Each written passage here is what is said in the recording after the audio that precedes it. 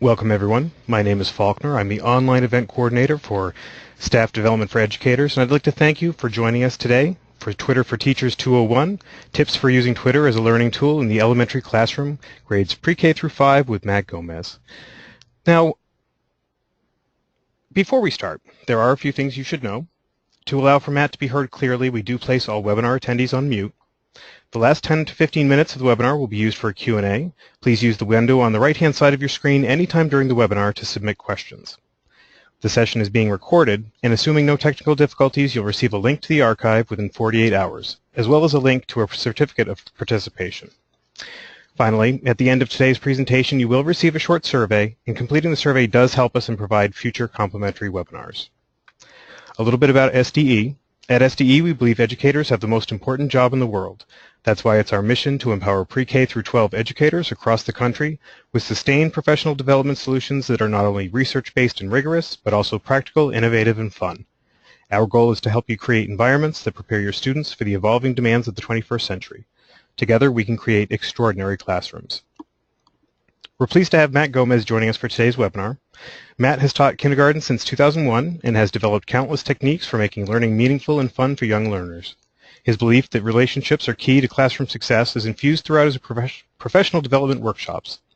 He encourages educators to fully engage parents in the learning process and enthusiastically uses technology to captivate students, fire up their love of learning, and connect them to the world outside the classroom. Matt enjoys staying connected with an extensive Twitter network of friends, also in education, that inspire and challenge him daily. Welcome, Matt. At this point, I'm going to turn the presentation over to you. Thank you, Faulkner. Glad to be here today to talk about how I use Twitter in my kindergarten classroom. As you mentioned, I've been teaching kindergarten. This is my 14th year, and I am in Texas, so you'll probably hear a few y'alls if you're not from the Texas land like I am. As we get started here, the first thing I want to talk about with incorporating Twitter or any kind of social media into your classroom, that I think it starts with the teacher, that you kind of have to lead by example. So a lot of times when I'm explaining how I use Twitter and how I do things, that if the teacher isn't familiar with the tool, then that kind of bogs down what you're trying to do. So this first slide just kind of talks about the importance of that we need to be global educators if we want our classrooms to be global as well. So moving forward with that, one of the reasons that I bring that up is Twitter in the classroom happened for me because I was connecting with other teachers through Twitter professionally. And it kind of started through a Twitter group, Kinder Chat, and the group decided that we would kind of get together and see what would happen if we connected the kids the same way that we were connected. And it's just been this 3 to 4 year journey on connecting those kids in our classroom. So the big question is why? Why would you want to use Twitter in a kindergarten classroom? It's obviously not the intention of the tool. So this is what I put down as what I consider the most important points of why I use Twitter. The big one there being student voice. Especially as a kindergarten teacher, I think kids come into school and it's really their first time to ever be given a voice. It's their first time to be independent, and other than helping kids find their passions, I think giving students a voice is the most powerful thing we can do. So that's where Twitter is for me in my classroom, is giving them a way to share their learning, and it's really powerful when that happens. The digital citizenship part isn't something, if you follow me on my blog or Twitter, I always say I don't actually teach digital citizenships. My kids are actually digital citizens every day, and they learn by doing, they learn by example, and I want them to make the typical mistakes that kids make with me there to support them, instead of waiting until they're 13 and handing them the keys of the car and saying go, and then being surprised when they fail. So my philosophy is let's let them make their mistakes in a secure, safe environment and be there to support them.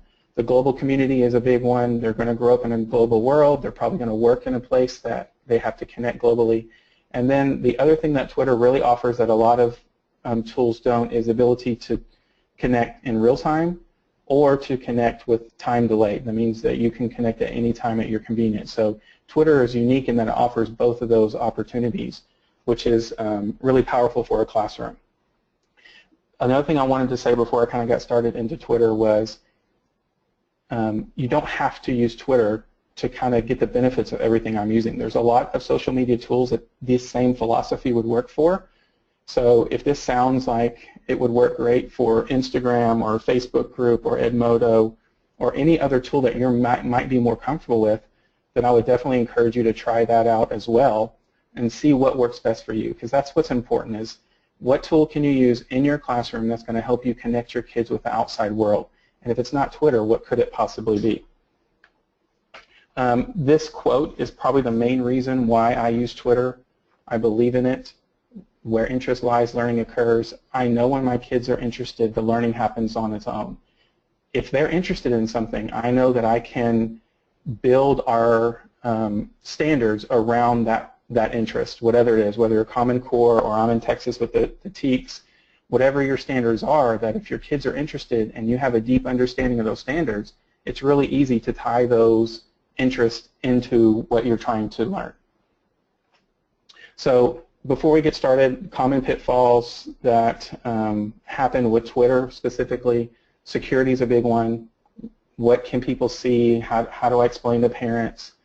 Administration is probably the one I hear the most from people, because often administrators are making decisions about tools that they don't completely understand themselves.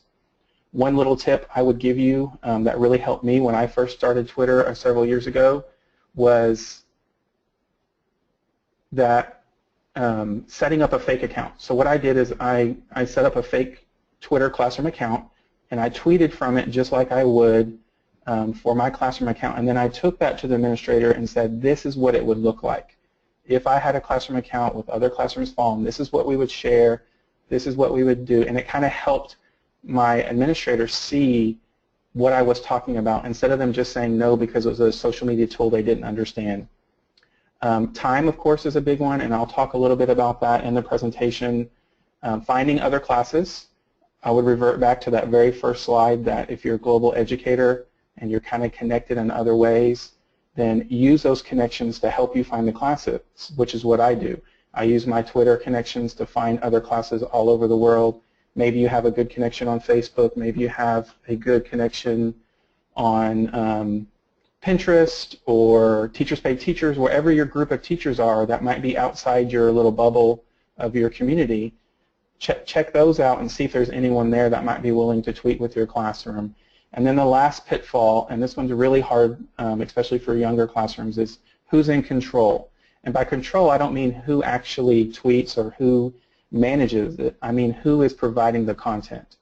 And what I found in my classroom is if I can give that control to my students, if I can truly let it be their voice, then it's something that is very successful because they see it as their space to share their learning with their friends. Some things to consider with Twitter before you get started with your account, and I'll go through some of this on some of the slides coming up. I have a protected Twitter account. When you sign up for Twitter, you have an option to protecting your account. What that means is that nobody can see your tweets unless you specifically allowed them. So it's a lot like Facebook or Pinterest, any of those other sites that if you protect it, you control who sees it. I have two Twitter accounts, one that's professional, and then I have my classroom Twitter account that's separate. That classroom Twitter account is protected, and I monitor and keep track of who's following us and who we're tweeting that with. Your profile name and your picture can be as ambiguous as you want it to be. Same with your description. You'll see in our Twitter class, we just mentioned kind of broadly where we're at, and we don't tweet about our school name or specific locations. The who to follow, I've already kind of talked about, and then favoriting your tweets here at the bottom. That's one extra step of security that I'll show you in another slide that kind of helps me make sure I know what the kids are going to see when we log into Twitter. So here is my class Twitter account. You can see it just looks like any standard Twitter account. The location that we use is near Dallas, Texas, so it doesn't tell exactly where we're from. And our bio simply says kindergarten class ready to take on the world. So you can put as much information as you want there, as little information as you want there. I I do suggest putting some kind of location, even if you just put Kansas or Chicago. You don't have to get real specific, but at least it gives an idea for where the class is at, and that's important for the other classes that are following you. So who do we tweet with? This is a picture actually from I think 3 years ago that I just use in my presentations. What I do in my classroom is I have an actual real map. It's I think it's a 4-foot by 5-foot map that I bought at a teacher store, and I use that as one of my bulletin boards. And when they walk in the first day of school, the only picture that's on this map is our Twitter account, which is the Texas account that matches our Twitter account. And so that's what's in my classroom right now. We actually haven't started tweeting this year. They're really excited. We're going to start on Monday. We've been talking about what Twitter is, that it's a tool that helps us connect. But this map is empty, and they're ready to connect with other classes.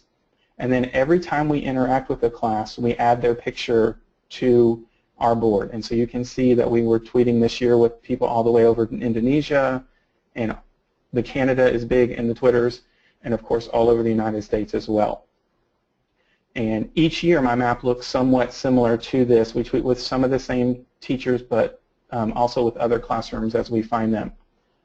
One thing I think is really important to point out with this map is you don't need this many connections for this to be successful. And I'd actually say this is way too many connections to be successful. The more connections you have, the harder it is for your class to connect with each other, and that's the goal. Each year my classroom connects with 3 or 4 classes that kind of become their best friends, their favorite classes. And those are the classes that we tweet with on a consistent basis. Those connections happen sometimes because it's classes that I mention a lot. Like I have a good friend in Montana, John Finesse. His class is a class that we tweet with pretty frequently nowadays because I know him and I know his class and I'm able to set up things with him. Other times it's because they see tweets or a class is tweeting stuff that really interests them, so they constantly ask about them, and those are the classes that we connect with on a more frequent basis. The reason why there's so many here is what I do is anytime someone tweets with us, we go ahead and add their picture to our map. It doesn't mean that we're tweeting with them on a consistent basis. Google Earth is a big part of Twitter because we're constantly using the map and the location. We're constantly using this tool to help us make that connection of these are people, they're in the real world. So I have that physical map up in my classroom all the time, but every time we tweet with someone, we put their pin on Google Earth, and so we can go back and revisit. We find out how far they are. Is it dark or is it light where they're at using the sunlight tool? We measure. There's a lot of different aspects to Google Earth that we use on a constant basis with Twitter. I would say that Google Earth is something that should go hand in hand with using Twitter because you need to help them connect where these places are and how those places are similar and different, and this is a great tool for that. So I mentioned earlier about the favorite tweets. This is what I'm talking about. Each morning, what I do in my Twitter classroom is I come in and I look at the tweets before the kids ever come in. So it usually takes me about 3 or 4 minutes. I open their Twitter account and I read through their timeline, which is just like your Facebook wall, and I read through and I pick the tweets that I think will be most important to them, usually 3 to 5, and I favorite them. And if you're not familiar with favoriting, I would suggest checking out the webinar that we did earlier, or even just Googling favoriting a tweet. But once you favorite it, it goes into your favorites on Twitter. And so then what I do, when it's time for our Twitter time, I'll open up just our favorites, and I know exactly what tweets my kids are going to see. I don't have to worry about them seeing the live timeline. And that's just, I said earlier, that's just an extra added layer of security because we follow quite a few Twitter classes. I think we're up to 80 or 90 classes that we follow. And the timeline can be overwhelming. It's constantly moving. And also, you're just not completely sure what's going to be there in a live Twitter account. So that's just something I've done for a long time. If you only follow 3 or 4 people, that might not be something you need to do. But if your administration is asking about how you're making it secure, favoriting first and then only showing them favorites is a great way to make sure that's happening. Okay, so we're going to move forward here into the actual tweeting. Sorry about that. So what does Twitter look like in a kindergarten classroom? The main thing I tell people is it doesn't have to be something additional that you add to your day. The way I do it in my kindergarten classroom is Twitter has kind of become our shared writing time. It's also our review time. So we usually have Twitter twice during the day. The shared writing time, I just do exactly what I used to do on my journal writing it, except I type it on our projector like you can see here, and we do all the same things that we used to do with shared writing. We count how many sight words, we count how many letters in a word, we count how many words are in a sentence, all those things, just so we can connect our standard curriculum to what we're doing with Twitter. The thing that makes it powerful is when we're done, we get to share that writing with all of our friends. So you can see in this example, we're actually responding to the kinderpre's in Indonesia. They were talking about having crabs in their neighborhood, and that's unique for us. That's not something that is common in Texas. So they were excited about that, and you can see the sentence that they wrote there, and we were just circling the sight words on this one. So if you teach, kindergarten, it's really easy. It just becomes kind of your shared writing time. If you teach 3rd, 4th, 5th grade, I've seen teachers use it for their daily oral language. I've seen them use it where all the kids figure out what tweet they would want to share to review their learning, vocabulary words. I think the question is, how can I integrate Twitter into what I already do so that we can share that learning instead of it just staying inside of our classroom? A big part of Twitter is pictures. And so a lot of the content that we share are pictures that my classroom takes. These are all pictures that were taken by my students. They have access to a camera all day long, and they take pictures constantly. And those pictures become part of what we're sharing on Twitter with our learning. So anytime we have a science experiment or we're doing a math lesson, there's constantly kids that are the photographer and the videographer, and they're taking pictures of what's happening, and then we can share those later in the day. So I think that's a big aspect of sharing Twitter or whatever you're sharing on, is that if you don't have content, especially for the younger grades, the pictures are a great way for them to share learning without having to be able to write it. So you have Twitter, you're ready to get started. How do you get connected with other classes? I mentioned earlier that I connect with other teachers that I find on Twitter for my grade level. So the best place to look for K through 5 are the different Twitter chats for each grade level. Kindergarten would be Kinder Chat, first grade would be first chat, second chat, third chat, and so on. If you just send a tweet out looking to connect with other classes and use the hashtag and put the second chat, third chat, etc. there, there'll be teachers on that hashtag that are also looking for other connections, and it's a great way to find those resources and find those classes. So when we meet other classes, I think it's kind of funny because it's a lot like a typical kindergarten response. I always ask my kids, what do you want to know about them? And so one of the first things they always want to know is how many boys and how many girls they have in their class, or how many students they have. They want to know, do they have bathrooms, and do they play in the same centers? And they start asking some of the standard questions. And so through these real basic intro questions, the kids start building that connection with each other. I know one year we asked a class, how many kids are in your school, or how many kids are in your class? And they responded back, we have 16 girls. And my class was just, astonished that there was a classroom of kindergarten that was all girls. And so those kind of unique connections, they get to meet each other and see that different is good. And that's something I talk about a lot in my classroom, that different is good, and we need to give kids opportunity to see different with people that they care about, so that when they grow up, that different doesn't become racism or hate or any of the other things that we see. Another thing I want to point out with this screen right here, you can see this conversation started on October 4th, and the last one down here is October 11th. And that's what I like about Twitter the most as using the tool specific, is that there's no time constraints. So we can have a conversation over time with classes, because you know the day that you're planning to tweet there's going to be a fire drill or a kid's going to puke in the classroom and you're going to skip it that day, and so it may be the next day before you get to it, and that's not a big problem with Twitter. That the class starts to learn that they can talk to each other over a period of time. It also helps with them remembering those conversations. So earlier I also talked about how classes become friends with each other. This was 3 years ago. The kinderpre's were in Indonesia, and they tweeted out a basic tweet like most classes do. Today we're going to PE. For PE we're swimming. And that obviously got my class's attention in Texas, because swimming in school is not something they would be familiar with.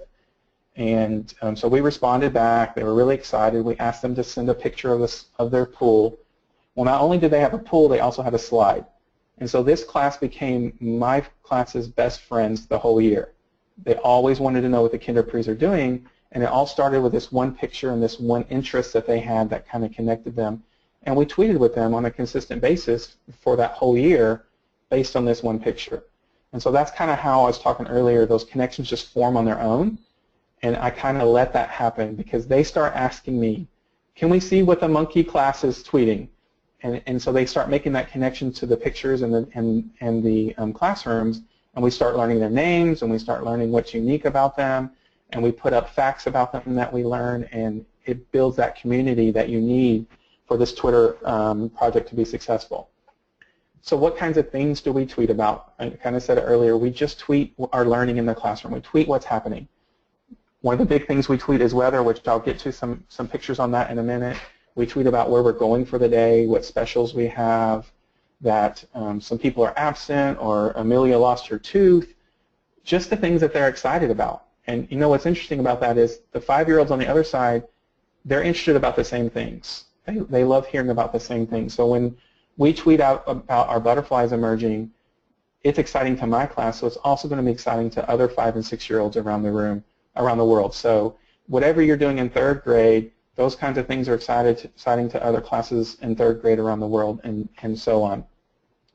The other aspect I really like about Twitter is it allows us to review our learning.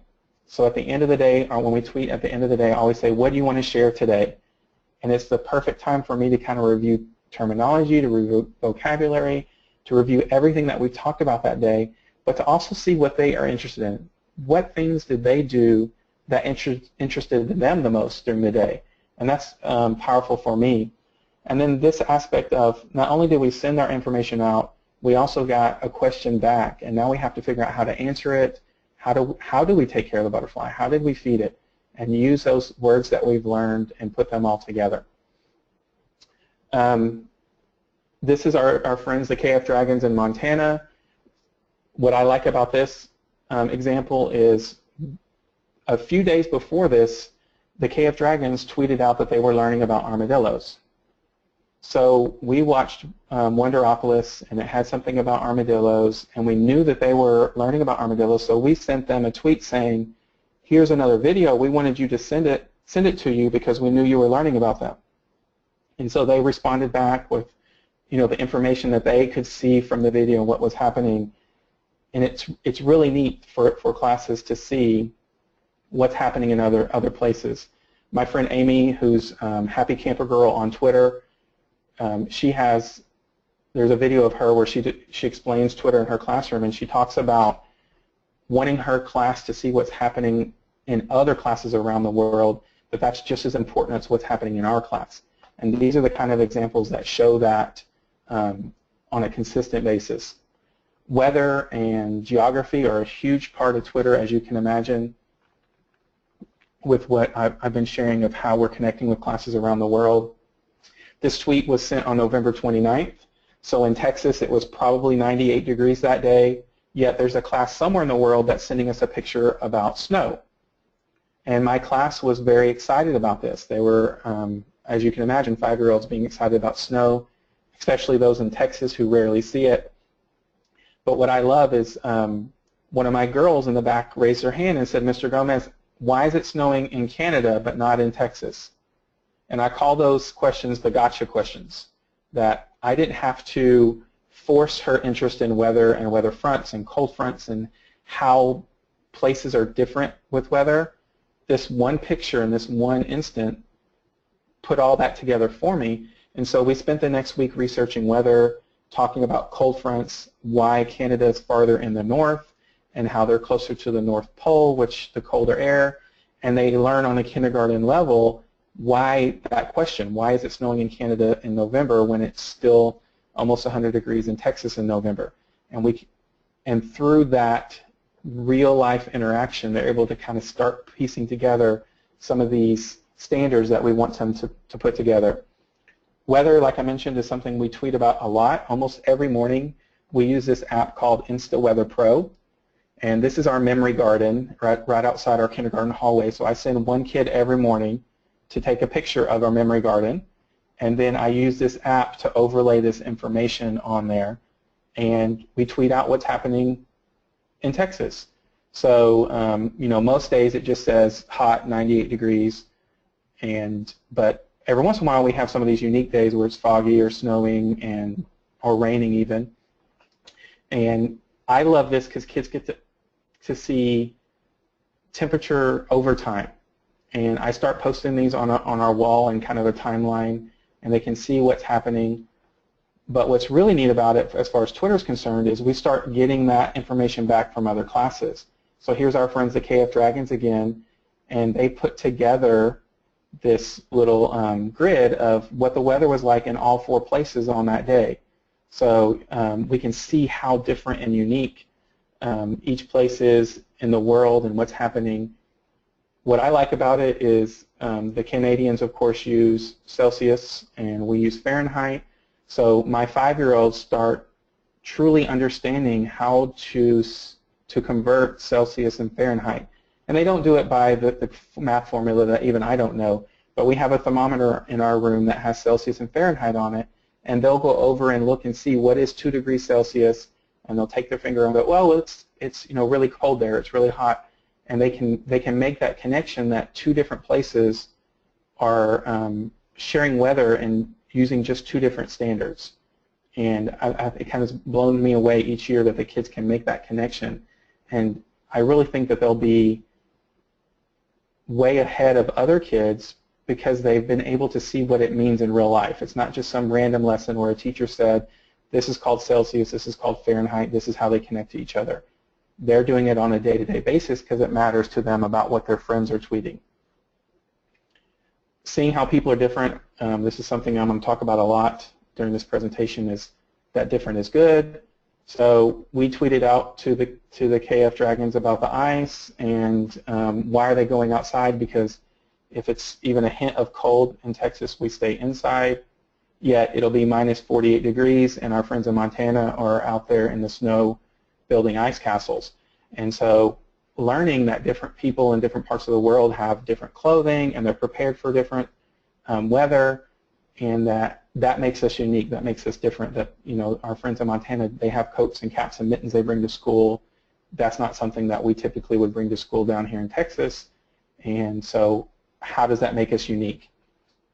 So here's another picture. If you're 5-year-old, 6-year-old, you live in Texas and you see a picture of this from your friends, it's exciting.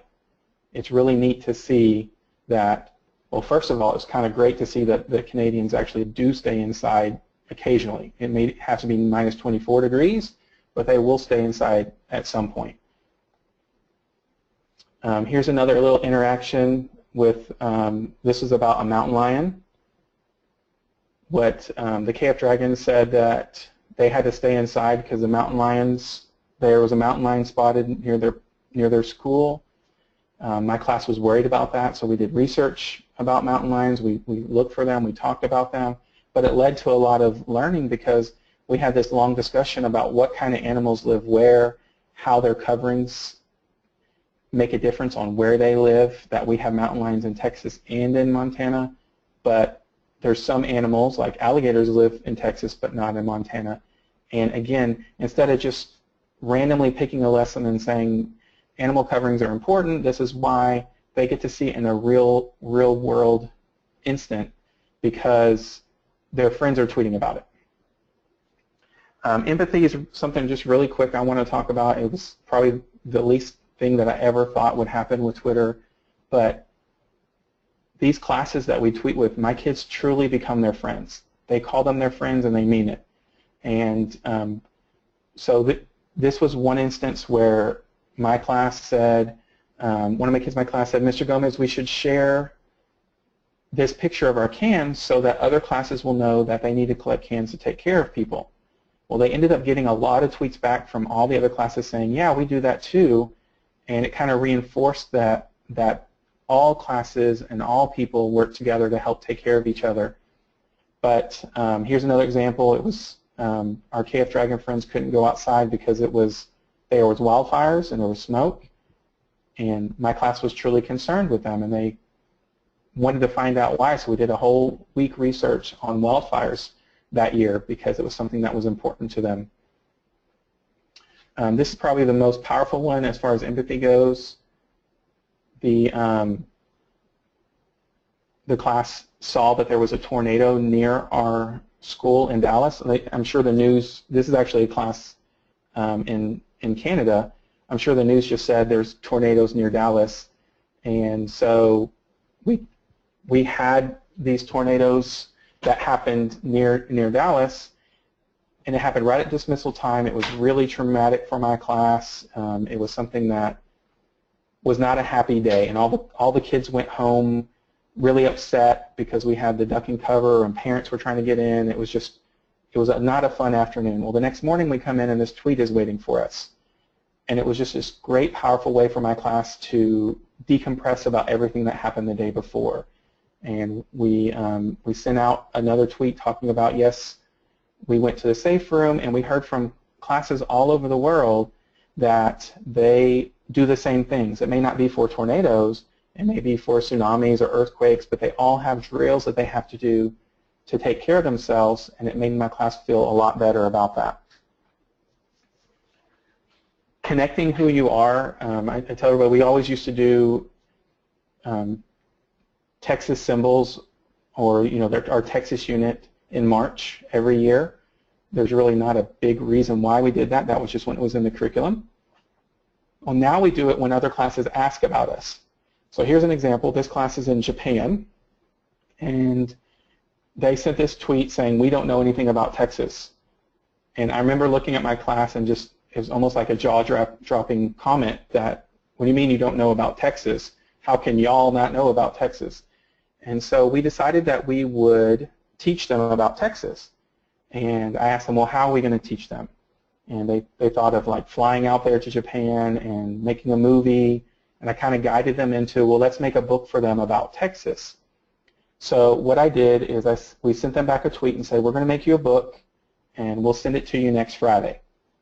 And this was actually happened on a Friday. So on Monday morning when they came in, I said, we're going to make a book about Texas. They were really excited about it. And I asked the whole class, well, what do you know about Texas? And it was pretty silent because 5- and 6-year-olds really don't know much about Texas. And so what we did is we went down to the library and we asked our awesome librarian to show us where the Texas books were, and we brought back those books and we put them in our research center. And I told the class, this is going to be our research center this year. It'll be nonfiction books about things that we want to learn about. And we spent that whole week researching about Texas and learning about Texas because they wanted to know who they were to be able to share with other people. And to me, when that happens, that's when the learning is going to stick. So we made this book about Texas, and we tweeted out the story once we were done on that Friday like we said we would. And we got tons of responses back from classes all over the world talking about what they liked about the book or what they learned, and my class was so proud because they were teaching other kids about Texas. And that's one of the things that, Twitter becomes real powerful because it allows us to teach other kids.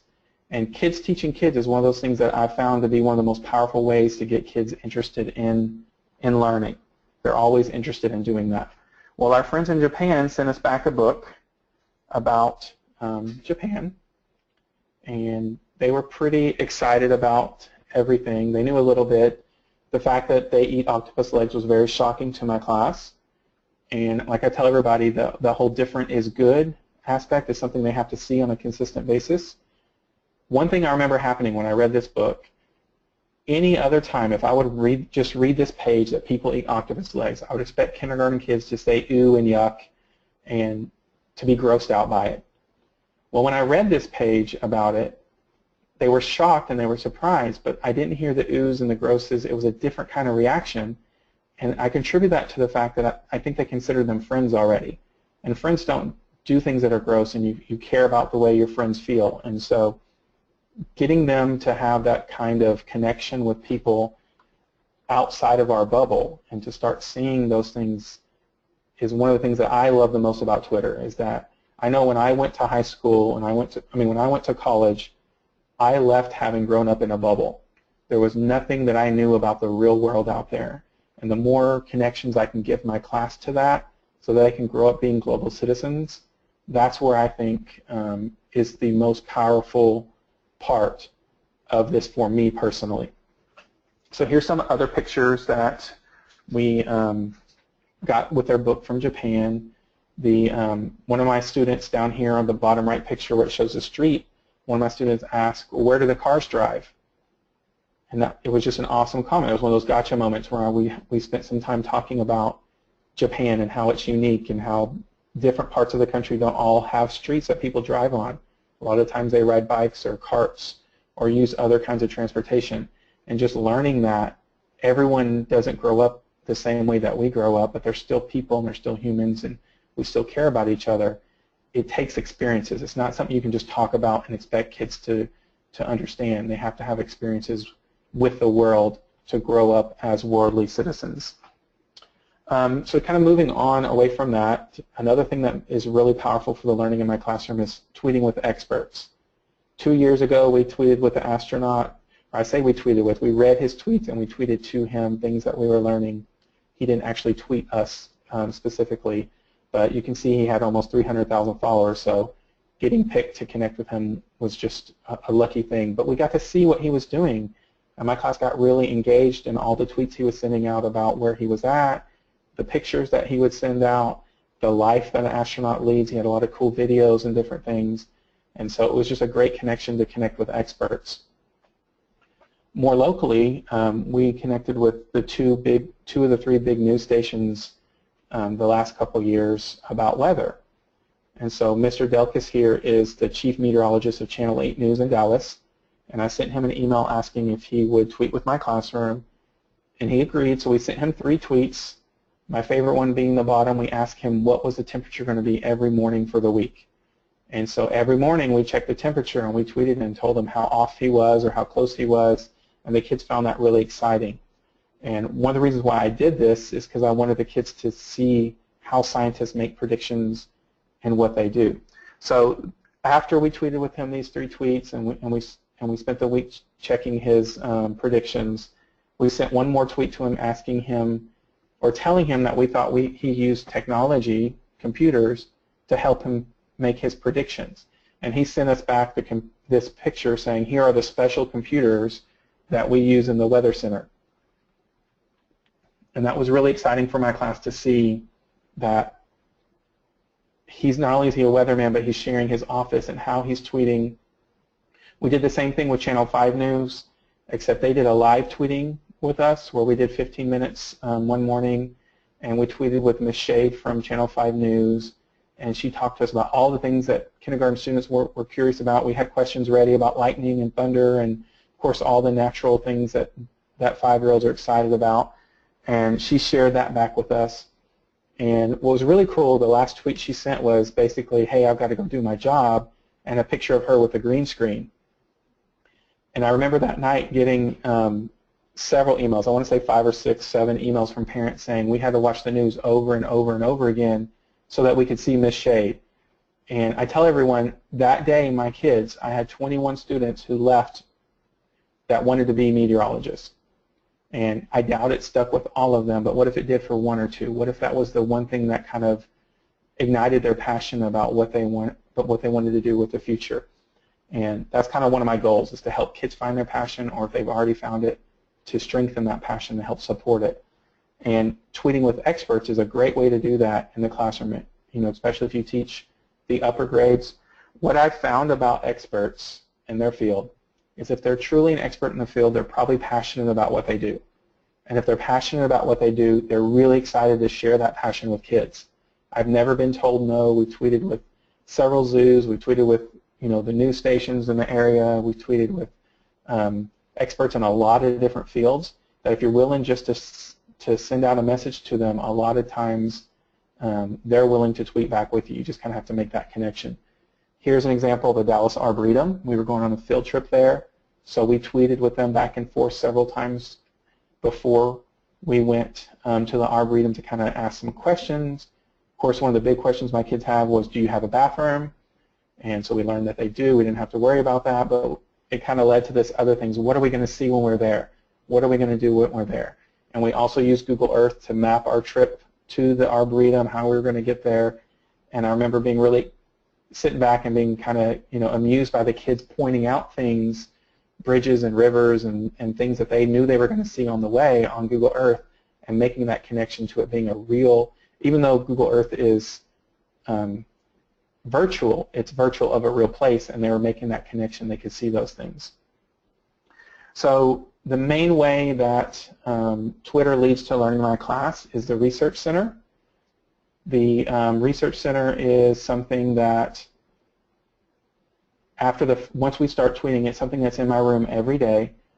What I love about it is I have 5- and 6-year-old kids that are excited about reading nonfiction books on a daily basis. My Research Center is almost always full of kids.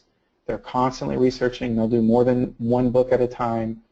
And before I started doing Twitter, I would have never been able to get the young kids interested in the nonfiction books unless there were just 1 or 2 kids that were interested in science. But they're interested in all kinds of nonfiction books, and what drives that is Twitter. And this is the way it works in my classroom. We tweet with classes all week long. When there's interesting topics like grizzly bears or hibernation or migration or weather, or maybe they're talking about some kind of special dance or whatever is important to our friends, we write down those words on a sticky note. And then on Friday, I read all the choices to my class, and they vote on which one they want in the Research Center. And then I get those books ready for them the next week, and those books go in the Research Center. And the reason why that's powerful is they feel like kids are teaching them. Even though I'm kind of helping mold what's there, they're picking from topics that their friends tweeted about, and whatever it is about that, it drives kids to that center, and they're interested in it, and then they want to share what they learned with their Twitter friends back, and it's just this great cycle of learning about whatever we put in the Research Center. Just real quickly, before I kind of end here, I just have a couple more minutes. I want to mention that another great thing about Twitter and how it leads to learning is that it allows other opportunities to connect. So one way is with Skype. Whether you teach kindergarten or 5th grade, there's so many great ways to connect through Skype. And a lot of times Twitter can be the basis for that, and then you can connect with a video conference with them afterwards. So we Skype with classes several times a year. Here's an example of my class. One year we were called the animal experts for armadillos because we tweeted out a book about armadillos. And so my class Skyped with, I want to say, 8 or 9 different classes that week about armadillos because we had tweeted about it, and it gave them a chance to read it and share that learning with them. Here's another Skype where our Texas class is tweeting with a class in Canada. And then the last way that we've been connecting with classes is through Google Docs. And I have this at the end because I don't start with this typically, but this is a great way to start if you're looking for how can I get my class connected with another class, how can I get them to care about the other class. I found that if kids play games, they make connections really quickly. So if you search my blog for tic-tac-toe or Connect4, you'll get these templates for Google Docs. And if you're not familiar with Google Docs, it's a live document, meaning whatever, it's kind of like a Word document that's live. So whatever you type or do on the document, everyone who has that link can see that.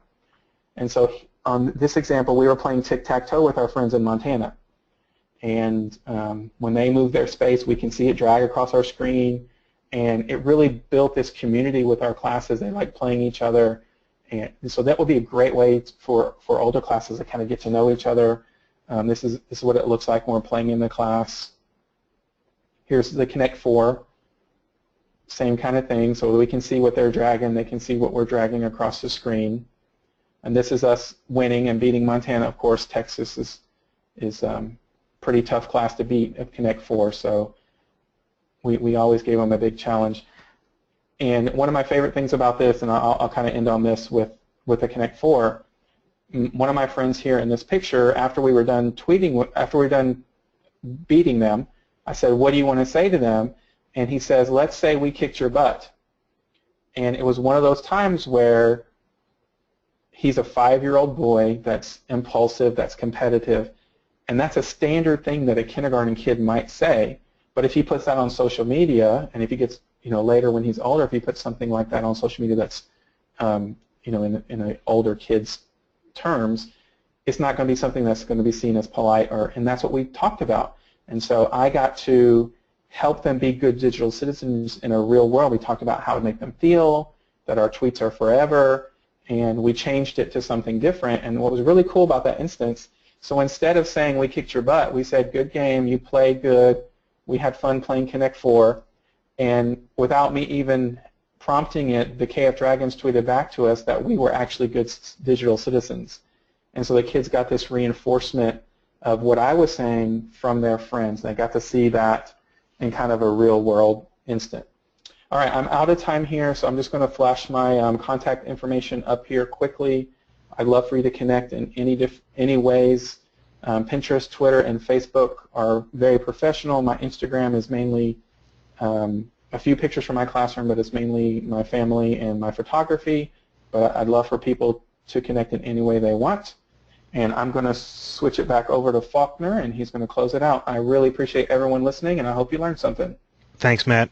Actually, if you want to go ahead and actually just, if you want to go back to that screen, actually, if you want to leave that up with your social stuff, that'd be great.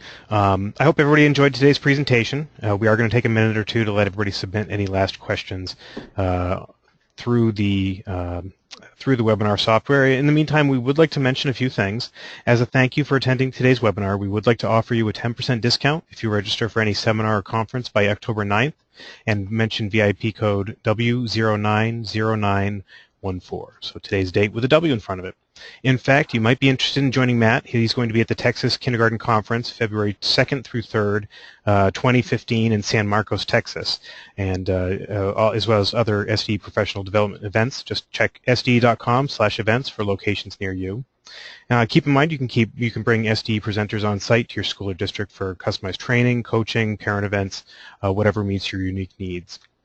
For more information on training or to register for any SDE event, give us a shout at 877-388-2054 or go to sde.com. Of course, we'd like to invite you to follow us as well as Matt via social media. You can find us on Facebook, Twitter, and Pinterest under the username SDE4Educators with the number 4. And on LinkedIn, you can search for Staff Development for Educators. Finally, live attendees will receive a follow-up email within about 48 hours that will include a link to a printable certificate of participation for the webinar, as well as a link to the archived recording of this webinar. Now let's get to the questions. And first off, Matt, we had a couple people asking, will your slides be available? And generally, we don't make slides available, but I know in the past you've made handouts available, so I didn't know if you were planning on doing that as well. Yes, I will go ahead and put them on my blog. So that's probably the easiest way. If you go to my blog, which is the top link there, the mattbgomez.com, and there's a handout page, I'll get them up there by tomorrow. So there'll just be a link that'll say Twitter 201, and you can open that as a PDF. Excellent. We had a number of people asking, how do you upload, well, how and when do you upload the photos that the students take? I assume they mean how they get them from the camera to the computer. I just do that during the day, depending on what we're doing. As I talked about earlier, that if you can get Twitter to be a space for your students. So what ends up happening to my class is they'll ask me, Mr. Gomez, can we please put this on Twitter, or let's take that picture for Twitter. And so I just make a mental note and make sure and get those pictures. As far as Twitter goes, to upload it, you just add that picture to the tweet that you're sending out. directly from the app. So I'm not sure exactly which question they were asking, but I just do it depending on when my class, I can plug my camera in real quickly. If I'm taking the picture, which I try not to do, I really want it to be the kid's picture, but if I take the picture, then I can do it directly from the app. Okay. And actually, there were a few people asking about the sharing the photos, and overall, kind of the question was, are you sharing the photos with parents, the kind of all those daily photos, and if so, does that kind of make up a daily newsletter? Yes, but we don't do that on Twitter. So in my classroom, we have two spaces. I consider Twitter our space to connect with other classes, and we have a Facebook group that we connect with our parents. I allow any parent that want to follow our Twitter account. We just don't interact with them. They're just there to kind of see what we're tweeting. We don't tweet a whole lot of pictures out on Twitter. Like I said, it's, I do one Twitter session in the morning, and I do it again in the afternoon before they go home, and we'll tweet 3 or 4 things. So there might be 2, 3 pictures a day that we're sending out. All the rest of the pictures would go on our Facebook group, and that is our newsletter. And instead of doing a weekly newsletter, I share what's happening in the moment, day to day. So my goal is to share 2 things a day on Facebook and kind of provide that content there. And then all the pictures that the kids take, every Friday I put those into one Facebook post so the parents can just look through all of them, and the kids can show their parents which ones that they took or what they're excited about. And the parents love that because it gives them like a kid's eye view of what's important to them and what they're seeing. Okay, we had a question. What are the other grade level hashtags other than kindergarten? Is there a place that you would recommend to find out that information? Yes, I would search for Cybraryman and on Twitter, or if you search for him on Google, and his hashtag here. Let me see if I can pull up. And actually, Matt, I just tweeted out. I just chatted out the link because someone when they had asked this question, this is the one I always send to people, so Okay. I assumed it might be the one you talked about. I'm glad we agree. Right. Yeah. So that's the best place to go. Since this is a PreK-5 typical webinar, I would say for pre-K and K, just Kinder Chat. And then for all the other grades, it's first chat, second chat, third chat, fourth chat, and fifth chat. Those are the best places to look for those grade levels. First chat being the number 1 ST chat, so the ordinal numbers, first chat, second chat, third chat. Also, if you're having trouble finding people, if you'll send me a tweet and say, hey, Matt, can you help me find some second grade teachers, I'd be glad to retweet that and share that with my audience and help you find other people. Great. We had a question. Who's actually tweeting, you on the phone or the children on the computer with supervision? We use the computer because I want the kids to see what's happening on the projector, and I type everything, the kids provide the content. So I tell people all the time, my goal isn't that the kids learn how to use Twitter. I could care less if they know how to use Twitter. They just see it as a vessel or a tool to communicate. And so I type all the time. I know some of the upper grades, they'll allow kids to actually type in the box. I don't see a problem with that. It's just a time thing for me. My kids aren't great typers, they're not great spellers, of course, and so that's not the purpose of it. The purpose is to share our learning and to hear from other people. So they provide the content by raising their hand and telling me what they want, and I type it in there, and they help me fix the sentences. Great. Question: did you have to get permission from parents to have them using Twitter, and have you ever had parents who had a problem with it? I've never had parents who had a problem with it. I don't get specific permission for Twitter for 2 reasons. One reason being, and this is something you kind of need to talk with your administrators, is we have the parents sign the public release as far as media goes, and they tell me that covers what we're doing in the classroom. The second main reason being, I don't ever post pictures of my kids other than maybe from the side, or if I do, I'll obscure their faces using an app. But majority of the time, we take pictures of what we're doing, not of our faces. If I was going to be posting consistently the kids' faces on Twitter, then I would get specific permission, but I haven't found that we needed to do that. So I haven't had to go that route. My administration supports what I'm doing with Twitter, so they just see it as part of our learning day that we're connecting with classes, and it's not something that parents can opt out of because I'm not putting their pictures out there. Okay. A number of people, Matt, were asking about what you use to create the books. Okay, I use an app called StoryBuddy 2. Any of the good book creating apps will do it. Book Creator, StoryBuddy is what I like the best. StoryBuddy 2, Explain Everything, EduCreations, any of those apps you could use to make a book. And you could see that our friends in Japan just made the book on paper and scanned it in and sent it to us. So, but that's the app that I use. Okay. Now, when you complete the book, does that housed online? You can create a link directly through the app. You cannot. I had to host that link on my. I actually did it on my blog, but there's a lot of different ways that you could. The app creates a PDF, and then I hosted that PDF on my website and just sent that link that way. Gotcha. Great. We've got time for a couple more. Does your school have a social media policy, and would you be willing to share it for schools that are still working on theirs? We do not have a social media policy as it relates to Twitter in the classroom. So there's nothing that I could really share. I know there are schools and districts that are starting to put those together. I would follow the digital citizenship hashtag or the global classroom hashtag. There are often people tweeting about that, and I know if you tweet out about that, we're looking for those things that different people are starting to put those together. But my district hasn't done that yet. Okay, great. Let me see. We had a lot a lot of people asking the same questions. Did have a question. Do you think that this could be done with pre-K with pre-K kids who are being supervised by teens? So this is someone who teaches child development with a preschool lab. I definitely think it could be done with teenagers. I would just say you would want some kind of policy in place where you're telling them exactly what kinds of things you want to share, and have it really laid out for them on what you're kind of sharing. But I don't see that being a problem. The teenagers are often more savvy than we are, especially if you kind of put in some parameters on how you want them to tweet. Mm-hmm. Great. I think we probably, let me see, one more. We had a person asking, could you repeat how you kind of close the Twitter account? Some people asking for clarification on that. Okay. Can you still see my screen? Yes. Okay. Sorry. We see your boys now. Okay.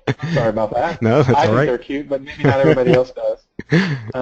Let me see if I can find it. I do everything on the phone as far as this goes, but if you go to your account and go to settings, there's a place there where you can protect your account.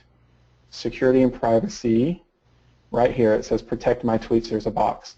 So I went to the sprocket at the top and settings. Once you go to settings, you click on security and privacy, and there's a box that says protect my tweets. And so once that's checked, then only people you allow. I will say that protecting your tweets, especially if you're trying to connect with other experts, it makes it really hard because they can't tweet with you unless they're your friend or they follow you. So when we tweeted with Pete Delkus and Channel 5 News, I actually had to unprotect it so they could see my tweets for that day and then go back and protect it. So there is a benefit to not being protected as well. It's just something that you'll have to see how you're using it and what works best for you, but that's how you do it. Great. I think we probably are about out of time. If we didn't get to your question, we'll be posting the Q&A with the webinar archive. Once this is finished, I'll send the full Q&A to Matt and give him a little bit of homework. And links to the archive and to the Q&A, we'll post those on Facebook, Twitter, and LinkedIn when they're available. I'd like to thank Matt for joining us today. I hope everyone enjoyed today's presentation, that everyone has a great rest of the day. Thanks, everybody. Bye-bye. Thank you.